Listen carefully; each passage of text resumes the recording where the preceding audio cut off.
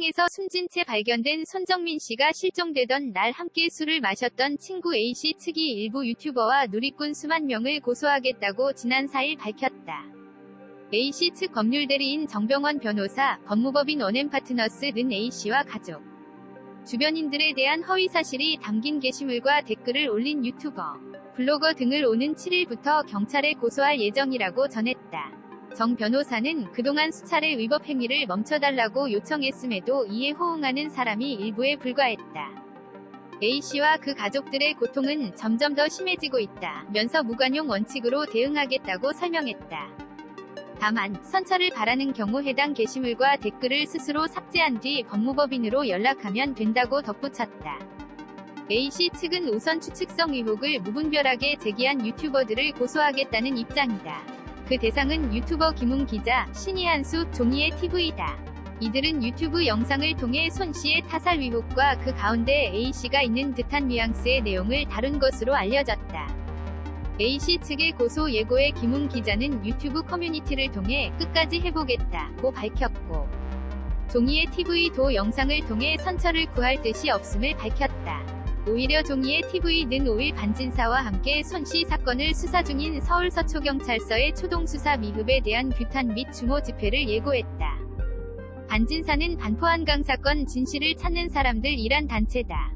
반진사와 또 다른 단체인 한강위대생 위문사 사건의 진실을 찾는 사람들, 한진사 은 경찰과 A씨의 휴대전화를 주운 환경미화원을 검찰에 고발한다고 밝혔다. 한진사 법률대리인 박주연 변호사는 유튜브 채널 커뮤니티를 통해 손 씨의 사망에 대한 수사보고 과정에서 한강대학생 사망사건 관련 그간 수사 진행사항 이란 제목의 공문서의 목격자의 진술과 현저히 다른 허위 내용을 기재하고 발표해 국민을 기만한 서울경찰청 형사과장 및 서울경찰청 공무원들을 허위공문서 작성 및 동행사 혐의, 직권남용, 직무유기와 함께로 서울중앙지방검찰청에 고발한다고 했다. 이들은 경찰이 목격자의 진술을 누락하거나 왜곡하는 등 보고서의 허위 내용을 기재했다고 주장하고 있다. 또 A씨의 휴대전화를 습득한 환경미화원도 점유이탈물 횡령 혐의로 고발하겠다고 밝혔다. 박 변호사는 경찰이 환경미화원을 상대로 대대적 한문조사를 했음에도 발견되지 않던 휴대전화가 갑자기 등장했다. 습득 경위에 대해 의심하지 않을 수 없다고 했다. 해당 환경미화원은 A씨의 휴대전화를 주었다며 경찰에 제출했다. 휴대전화를 5월 중순께 주워 사물함에 넣어 보관했고 이후 병가를 쓰면서 자연스레 잊어버렸다고 주장했다. 이에 한진사는 환경미화원이 A씨의 휴대전화를 의도적으로 숨긴 게 아니냐는 의혹을 제기하는 상황이다. 최근에 한강 실종 대학생 손정민 씨의 친구 A씨의 잃어버린 휴대폰이 발견되어 세간의 주목을 받았었습니다. 환경미화원이 휴대폰을 습득하여 경찰에 제출하게 되며 발견된 것인데요. 의문점을 풀어줄 것이라 여겼던 그 문제의 휴대폰 포렌식 조사 결과가 나왔습니다. 하지만 결과는 무척 실망스러운데요. 어찌된 내용인지 알아보겠습니다. 사건 당일 3시 37분 마지막 통화 7시 2분 전원 꺼진 한강 실종 대학생 손정민 씨 사건과 관련해 친구 A씨의 휴대전화 디지털 포렌식 결과 특이점은 없는 것으로 조사됐습니다. 또 경찰은 해당 휴대전화를 습득한 환경미화원을 상대로 경위를 조사하고 있습니다. 서울경찰청 관계자는 1일 기자들과 만나 포렌식 결과 휴대전화에서 손 씨와의 불화나 범행 동기와 관련된 내용이 확인된 것은 없다. 실종 당일인 지난 4월 25일 오전 7시 2분 전원이 꺼진 이후 전원을 켠 사실도 없는 것으로 파악됐다고 밝혔습니다. 이어 오전 3시 37분에 A씨가 A씨 어머니에게 전화를 건 이후 휴대전화 사용 흔적이 없고 소지한 후 움직이면 작동하는 건강 애플리케이션 앱도 오전 3시 36분 최종 활동 후 기록이 없는 것으로 보아 휴대전화가 꺼질 때까지 움직임 없었다고 추정하고 있다며 국립과학수사연구원에 의뢰한 혈흔 유전자 지문 감식 결과는 미회신 상태라고 설명했습니다. 최면 조사 증거로 인정은 어려워. 한편 경찰은 손정민 씨 실종 전 함께 술을 마신 친구 A씨의 휴대전화를 발견한 환경미화원을 상대로 최면 조사에 나섰다고 합니다. 법최면 수사 1세대인 프로파일러 권일용 동국대 겸임교수는 해당 환경미화원이 최면 조사를 통해 휴대전화를 습득할 때 어디에서 어떻게 놓여져 있었는지 보다 더 구체적으로 기억을 회상한다면 수사에 활용할 수 있다고 말했습니다.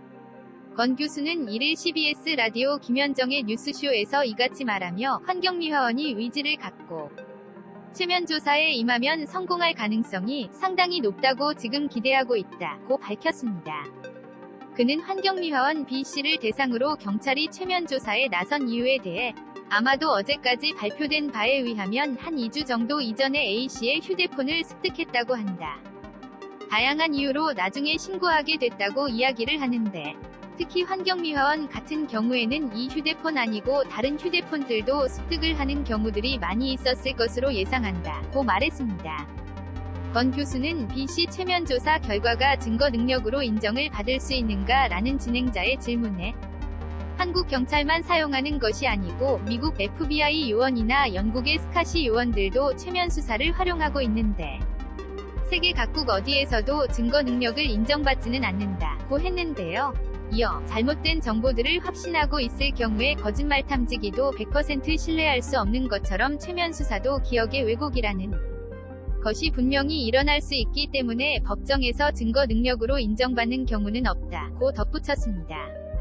다만 수사의 단서를 찾아가는 보조수단으로 이해하면 될 것 같다고 했습니다. 이어 잘못된 정보들을 확신하고 있을 경우에 거짓말 탐지기도 100% 신뢰할 수 없는 것처럼 최면 수사도 기억의 왜곡이라는 것이 분명히 일어날 수 있기 때문에 법정에서 증거 능력으로 인정받는 경우는 없다고 덧붙였습니다. 권 교수는 최면 조사에 대해 경찰관들이 실제 최면을 활용해서 기억을 회상하는 일을 하는 수사기법이라고 설명했는데요. 그는 최면 조사를 통해 목격자 또는 피해자의 기억을 구체적으로 회상한다며 기존 수사에 있어서는 목격자나 피해자의 진술만 듣고 확인 절차 없이 누군가를 범인으로 지목하는 경우도 있었다. 또는 잘못된 진술을 검증할 방법이 없어서 수사의 혼선을 빚는 경우들이 많았다. 이런 것들을 예방하기 위해 최면 수사가 도입이 됐다고 부연 설명했습니다. 최면 수사 과정에 대해 권 교수는 신체를 이완하고 주의를 집중하는 단계에서 실시한다며 뇌파 상태는 잠자기 전 가수면 상태, 렘 상태 정도의 뇌파와 비슷한 정도를 나타낸다고 말했습니다. 이어 피체면자는 완전히 의식을 잃는 건 아니다 라며 자기 의사표현을 충분히 하고 스스로 눈을 뜨기도 하고 내가 물을 마시고 싶다, 쉬었다 하고 싶다는 의사표현을 충분히 한다고 했습니다. 그는 또 최면 상태에서 주의를 집중하고 자기가 기억해낼 것을 기억해내기 때문에 최면이 깨고 나서는 오히려 기억이 선명해지는 상태가 된다고 밝혔습니다. 권 교수는 예를 들면 지금 우리가 3일 전에 점심을 무엇을 먹었는가? 이런 질문을 받으면 사실 떠오르지 않는다. 그렇게 되면 주의를 집중하게 된다. 그러면서 그날이 무슨 요일인가? 친구를 만나서 어떤 점심을 먹었구나. 이런 것들을 연상해서 떠올리된다며 휴대전화를 발견한 지역을 인출해내는 단서를 제공해 주는 것이 법최면 수사관의 역할이라고 말했습니다. 이 때문에 최면 조사를 받는 대상의 의지가 중요하다고 권 교수는 강조했습니다. 특히 최면 수사는 본인의 적극적인 의사, 그러니까 참고인이나 목격자나 피해자들이 적극적으로 뭔가를 기억해내겠다는 의사가 없으면 하지 않는 게 원칙이라며 용의자, 범죄 수사 대상자는 심리적 저항 때문에 기억을 인출해내는 것이 의도적일 수 있다. 그래서 법최면 수사를 실시하지 않는다 라고 설명했습니다. 권 교수는 자신이 직접 진행한 사건의 사례를 소개하기도 했는데요.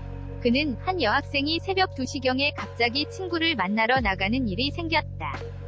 그런데 그 공교롭게도 그 골목 입구에서 불상의 남자 2명한테 위협을 당해서 성폭행을 당한 사건이 발생을 했다. 고개를 숙이고 있었기 때문에 피해자의 진술에 의하면 가해자들은 하에 바지와 신발 정도만 보았다고 진술하고 있었던 상태였다. 그런데 최면을 해보니까 바닥에 떨어져 있는 범죄자들이 피웠던 특정한 담배를 기억을 해냈다고 했습니다. 이어 담배의 이름을 기억을 해냈기 때문에 당시 범죄 현장에는 CCTV가 없이 외진 골목이었는데 그 시각에 인근 편의점에서 특정한 담배를 사간 사람을 CCTV로 확보를 해서 수사의 단서가 돼서 체포했던 사례가 있다고 덧붙였습니다. 한편 경찰은 환경미화원이 A의 휴대전화를 습득하게 된 대략적인 시점과 신고가 늦어진 이유에 대해서도 설명을 내놨는데요. 경찰 관계자는 환경미화원이 지난달 10에서 15일 사이 습득했다고 진술하고 이후 11일인 것 같다고 했다. 라면서 습득 장소에 대해선 2곳 정도를 이야기하고 있는데 폐쇄회로 CCTV 영상과 기지국 접속 정보 등을 통해 습득 시간과 위치를 확인할 예정이라고 했습니다. 또 휴대전화를 찾고 있다는 것은 알고 있었으나 병가 등으로 휴대폰을 사물함에 넣어둔 사실을 깜빡했다. 동료가 다른 휴대전화를 습득해 제출하자 그때 생각나 본인도 제출했다고 진술했다고 전했습니다. 전날 환경미화원에 대해 실시한 법체면 조사에 대해선 현재까지 최종적으로 결과 통보를 받진 않지만 검사가 불가한 상황이라며 이유는 검사 결과를 받아봐야 하며 최면 수사로서 유의미한 내용이 없다고 하네요. 아울러 경찰 관계자는 강력 7개 팀 활동도 당분간 유지하며 최대한 확인해야 할 것에 대해선다. 또한 휴대폰을 습득한 장소의 주변 CCTV도 추가로 분석 중이라고 합니다. 친구 A씨의 휴대폰이 발견되어 어느 정도 의문점이 풀릴 것으로 예상했으나 생각과는 달리 오히려 더 미궁 속으로 빠지는 것 같습니다.